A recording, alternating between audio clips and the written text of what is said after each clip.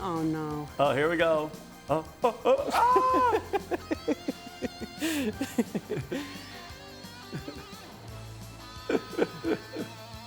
Obviously, that was me just celebrating the fact that we got more FA Cup action. We wanted to see as much as possible.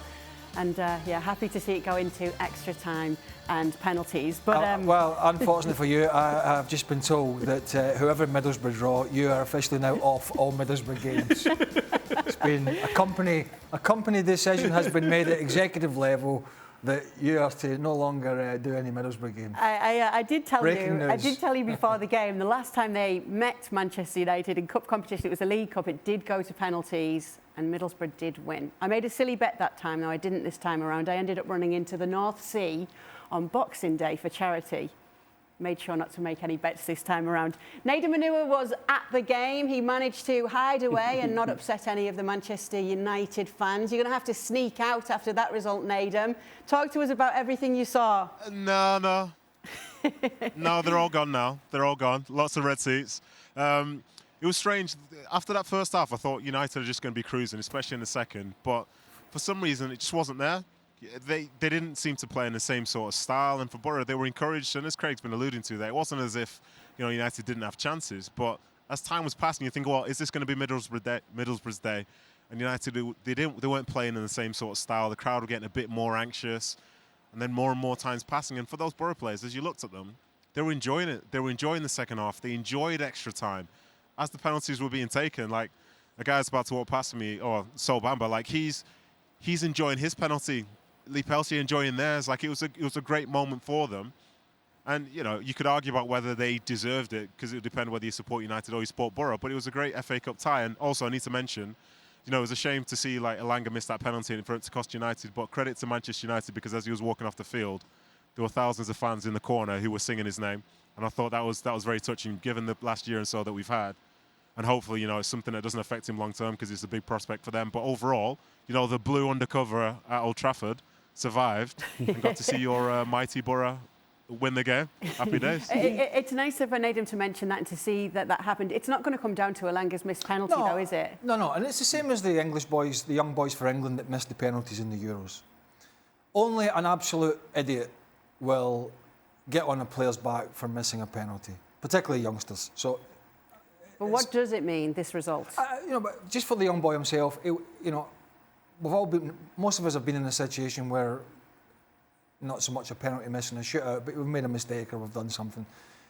You go away, you beat yourself up about it if you're a goalie who's done something, and you go home and you sort of beat yourself up about it and blah, blah, blah. But then you're professionals, you've got to rub yourself down and come back from it. It's not the end of the world, it's a disappointment. But as one manager said to me many years ago, the man that never made a mistake never made anything. So you kind of move on.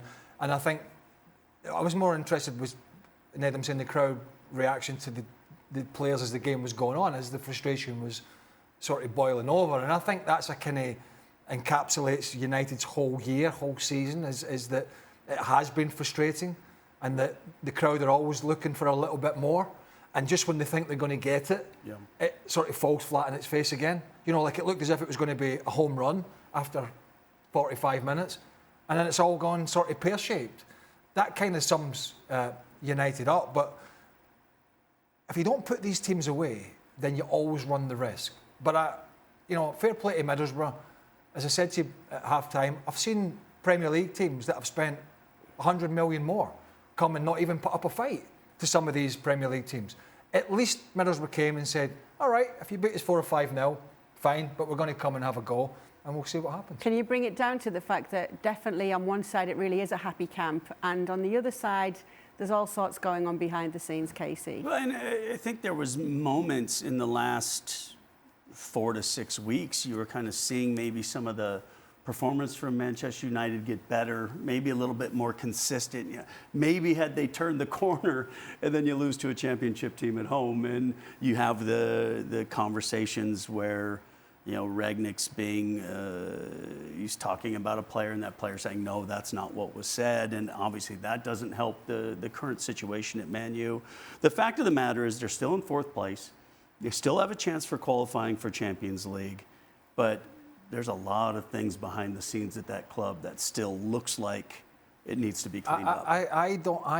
None of us want to hear after this anything about Ralf Rangnick's training, anything about the coaching, anything about the tactics. I don't want to hear those excuses. Don't want to hear them. It's Middlesbrough, the championship team. You are one of the most expensively assembled teams in the world. You've just signed a World Cup winner in Raphael Varane. You've just spent 100 million on one of the most supposedly young, talented wingers from Borussia Dortmund. Right? You've got all these other players. You bring back Ronaldo, right? You bring back Ronaldo. Bruno Fernandes, who's last season at times looked like he was going to be a player for Manchester United that's going to go in the history books. And I don't want to hear any of these leaks about that. About that. Our coach got us in 2 days in a row, or we were training twice, or we were. I don't want to hear it.